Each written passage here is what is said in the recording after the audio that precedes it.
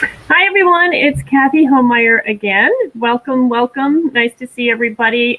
Believe it or not, it's snow outside. It is April 29th. Wow, this session is taping, and we have huge, big snow outside. It is just absolutely crazy. So I hope weather is better wherever you are. And I want you guys to get a glass of water. We are talking about microbiome balance. Get a glass of water. I'm putting this up on the screen because we are going to do an energetic microbiome balancing as well. And if you have heard some of my stuff, then you know that I like to talk about the multidimensional microbiome and multidimensional body.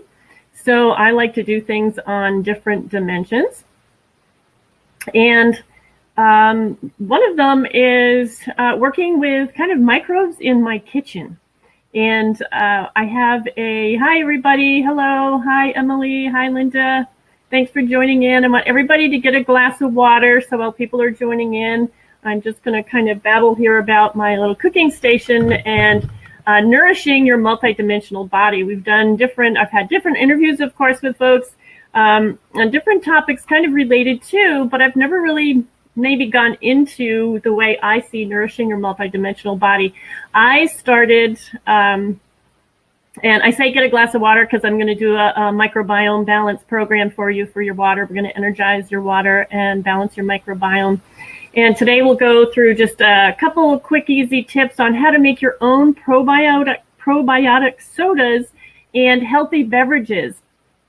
Because everything, there's so much information on your gut and being balanced and your digestion.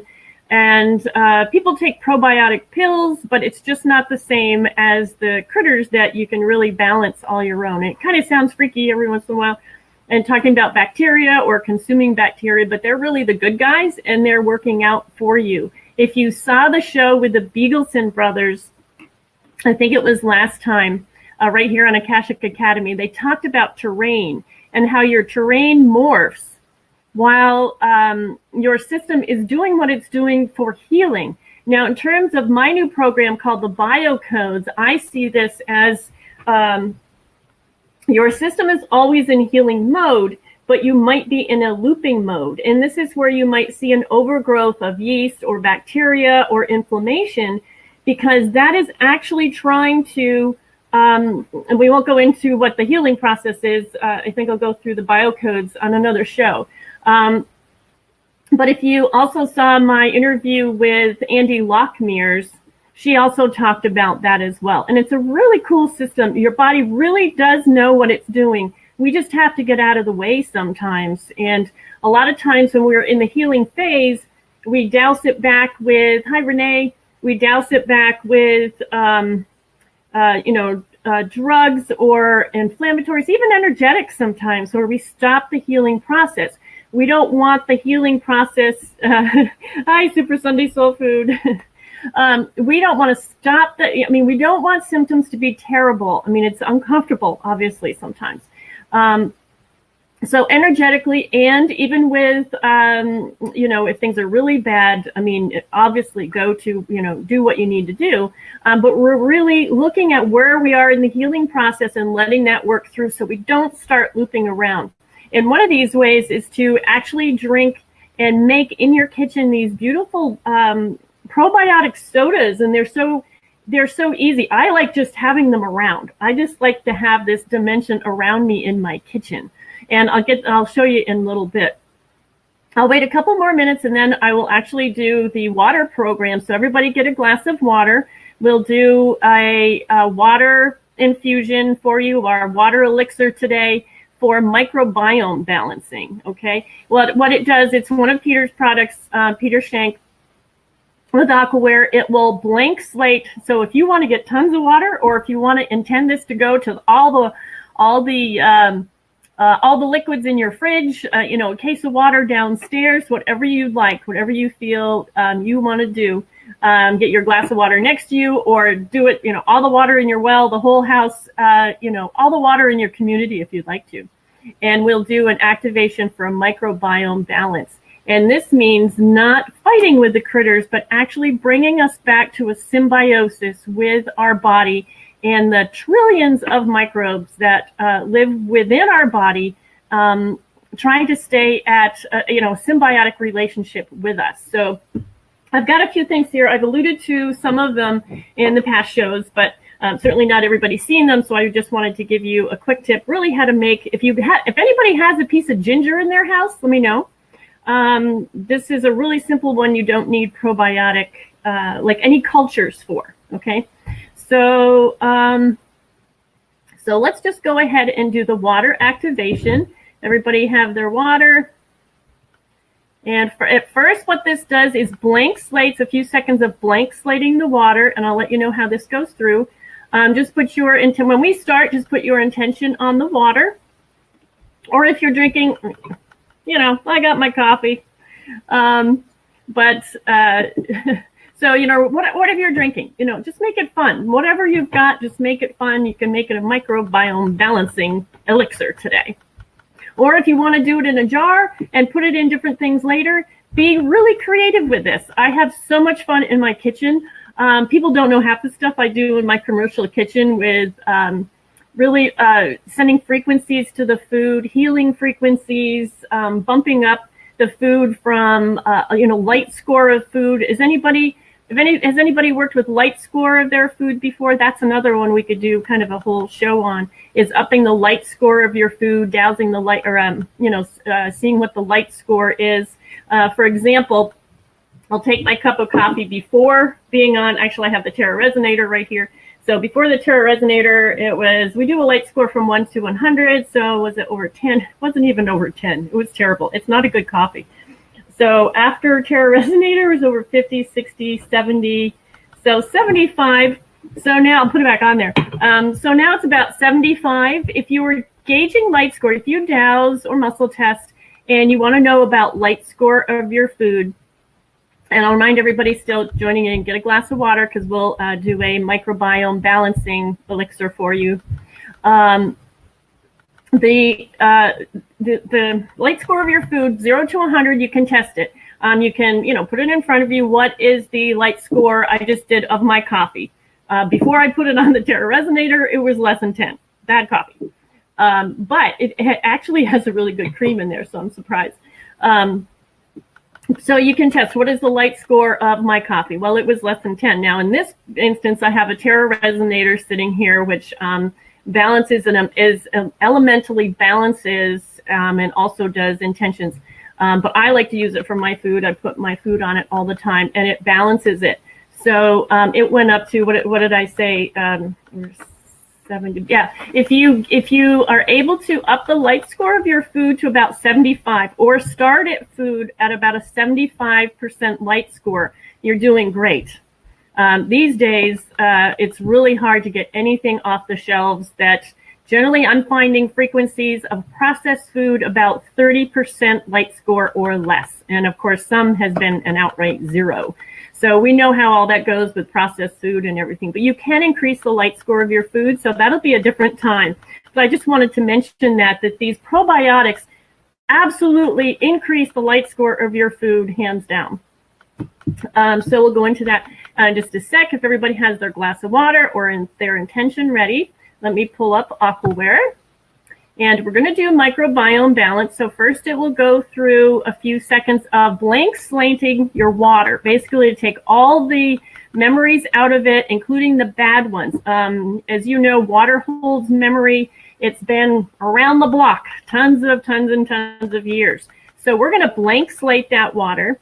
And then the next few seconds will be actually preparing it for your body, which is better hydrogen absorption for your body, so it'll super hydrate you. And then it will play kind of the microbiome balancing. And I don't have this on the other camera today, but sometime I will do that. But let's go ahead and play this. So put your attention on the water or whatever you want.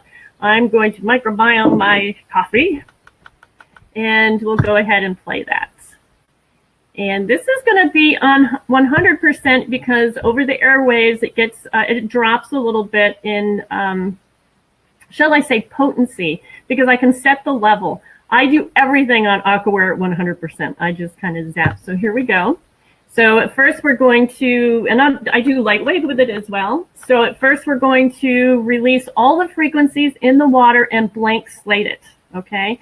So you're going to have a non-frequencyized water, okay? And then the next few seconds, it actually prepares the water for your body. And now we're going to play basically the microbiome program. So we are intending for microbiome balance, the frequencies of microbiome balance in our water or coffee or juice or all the liquids in your fridge, whatever you want. Okay, and you can play this again too to have the program. Okay. Okay. So that was our microbiome balancing. Now let me just get rid of my screen there. Okay, so you can see if it tastes any different. Sometimes it's really drastically different. Now that was only a blank slating and one of the intent frequencies. Sometimes these you can do a 9-part intent with your waters, and it's amazing. I did a backstage pass last week, and we just did a really intense week. And one lady was saying that she went to drink her tap water, and there was just such a difference in her water. So sometimes you can taste the difference. Okay. So I just wanted to give you a microbiome boost there for microbiome balancing. And then let me give you a tiny bit of traditional food information. I have been a chapter leader of what's called the Weston Price Foundation for, seems like eons. But what they do is really cool, really quick. The dentist who that this was based on traveled the world looking at super healthy people and lived with them for 10 years, whether they were in the Swiss Alps, whether it was Africa, whether it was the Eskimos. He lived with them to find out, why are you healthy? And he came out with the idea that it was the preparations of their food, and most of them included probiotic type of preparations, not because they were saying, hey, I'm going to do probiotics and make my food and you know, make my food have more B vitamins, more C vitamins. I'm just going to bump it up. Now, where do you find that? Generally, we cook food and we decrease a lot of nutrients. With probiotics and these different types of preparation, you actually increase the nutrient density of your food. And you can take food that isn't necessarily, you know, 100% light score, and just by the preparations, you can just bump it up without any energetic, you know, typically any energetic process per se. So Dr. Price came up with 11 common denominators of why people, and he was a dentist, so he has a lot of pictures with people's teeth. But he came up with 11 common denominators of how of why he thought these people were super healthy. These people had no degenerative diseases, no, you know, cancer, no mental health. Actually, was super top. So this is what he found. And then if you add the biocodes and the information that Andy Lockmears and me with my biocodes do with beliefs and how you attend to life, then yeah, they kind of coordinate. So I'll keep that for later. So again, a lot of it was their food was preserved. They didn't have refrigeration. So food was preserved with the probiotic preparations. And let me see what I have today for you. These are mostly beverages. Let me just show you one of my favorite pictures of that. Hopefully you can see it. This is what I call the processed food face and the traditional food face.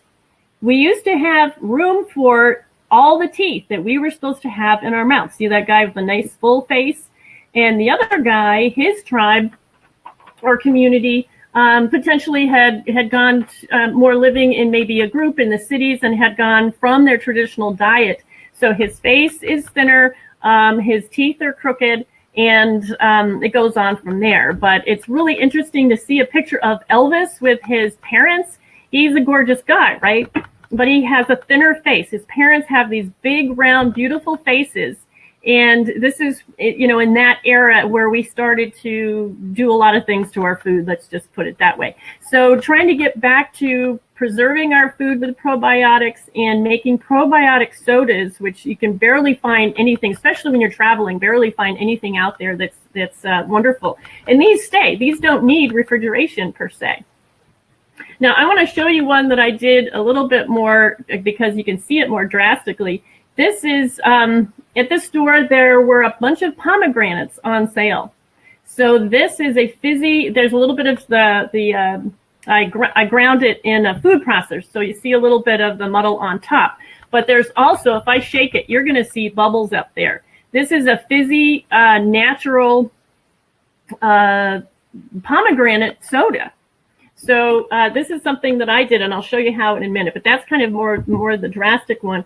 I want to tell you how to do a ginger bug really quickly, because this is something you don't have to have any of the cultures for. These are water kefir grains. I don't know if you can see them at the bottom, maybe not. You can see things floating around there. These are water kefir grains, and if you just pour juice inside here, right here in this water is just water and sugar. The sugar is for the, I do use white sugar for this because the sugar is not for you. It is for the culture. They actually eat it and process it and do a process called lactofermentation.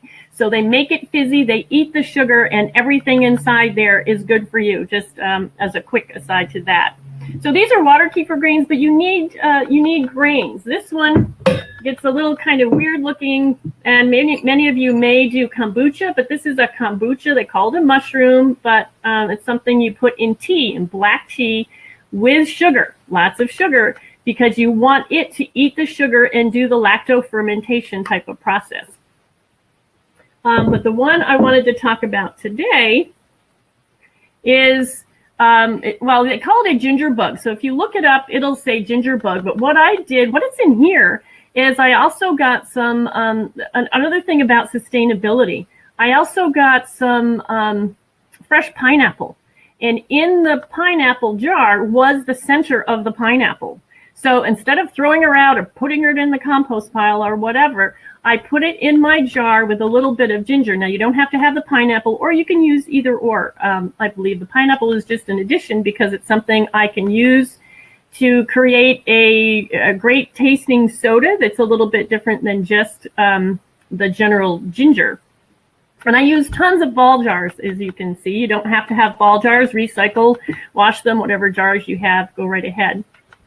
And just aside, I had some of my pomegranate here. I just cut open the pomegranate, I ground up the seeds and the pulp in a food processor, and then put them in with some of my ginger bug liquid, which had already started to be probiotic. But anyway, to start your ginger bug, you have a piece of ginger. Just cut. Now, I would say you have to keep adding to it every day. You have to keep feeding it every day to start to get really probiotic, because you want the whole combination and like a whole huge colony. Like this might, like this piece might make a little colony, but for the next day you want to break off a little bit more. You don't have to crush it, but you can slice it up a little bit. You can use any fruit. Yeah, that's the great part. You can use pieces of fruit, like the ends of fruit. This stuff is so sustainable. You can, mix things if you want to. But it's what happens is the magic is on the fruit or vegetable. In this case, we're talking about beverages. The magic is on there already. The bacteria to go ahead and eat the sugar is already there. And so you don't have to add anything except sugar to get it started. In case of vegetables, we add salt and get that lactofermentation started. Again, that's for another time. But all you want to do is kind of slice up, do some little slices, little tiny slices. I don't know if you can see. I'll try and hold still. Little slices. I would put it in a ball jar or any jar. Because you're going to be adding to this, you want to just put a little bit. So you can start with a small amount. You don't have to, definitely don't use the whole thing. It's small amounts work best. Put a little bit of water in there. And I had sugar around, not sure where it went. But anyway, put maybe, if this is a quart ball jar, I would put maybe, say, a tablespoon of chopped or sliced ginger and a quarter cup of sugar. And just swish that around. Put it in a warm place. The key is putting it in a warm place. Do not put it in your refrigerator. You're not going to go anywhere. You want it warm for the bacteria to start eating the sugar, to start consuming the sugar, to start the whole process activating. And then just let it sit for the day. You'll start to see in 12 to 24 hours or 48, if it's not quite warm, you don't want to put it in a hot spot, just warm. You'll start to see bubbles. So you want to add, because you want a whole proliferate of a community, you want to add for the next day a little bit more ginger and a little bit more sugar. There are recipes out there. I kind of do it by feel, so I don't really know what they are, but you can actually look up ginger bug to see how, if there's if you're a person who likes to follow recipes and have it topped off. My mother was always funny. She would top off her cup of flour. Then go ahead and look for ginger bug on the internet. There's tons of places out there for a ginger bug. Again, you don't need any type of bacterial culture at all.